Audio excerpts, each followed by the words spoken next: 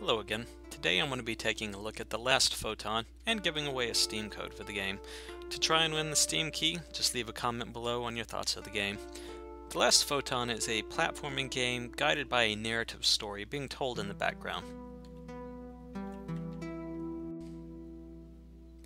You control a photon and attempt to guide it to the end of each level so that you can unlock the next story fragment.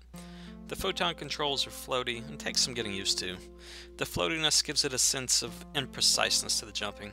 Perhaps it's just me and lack of real skills with platforming games. One mechanic that has to be learned quickly is jumping to the side of platforms. If you jump up and hit the side of a platform, you can hit the jump button again to jump straight up. This isn't explained anywhere in the game, and it took me a little bit to figure out that mechanic. There are no limits to the number of times you can attempt each level. Missing a platform and going off screen will respawn the photon at the start. It doesn't, however, reset the movements of the platforms going back and forth in the game, so you have to be careful when you're starting your jump after falling off of a map. The music to the game is simplistic, but fits the overall theme of the game.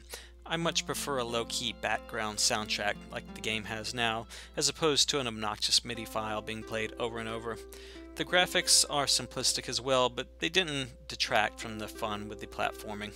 I did have weird video issues with the game, such as the Steam overlay sticking and it refusing to play nicely with my action recording software.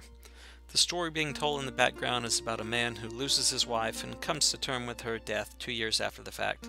Some other people are mentioned in the story, someone goes blind. I can't lie. The narrative really did nothing for me, and mostly it's because the voice acting was so bad.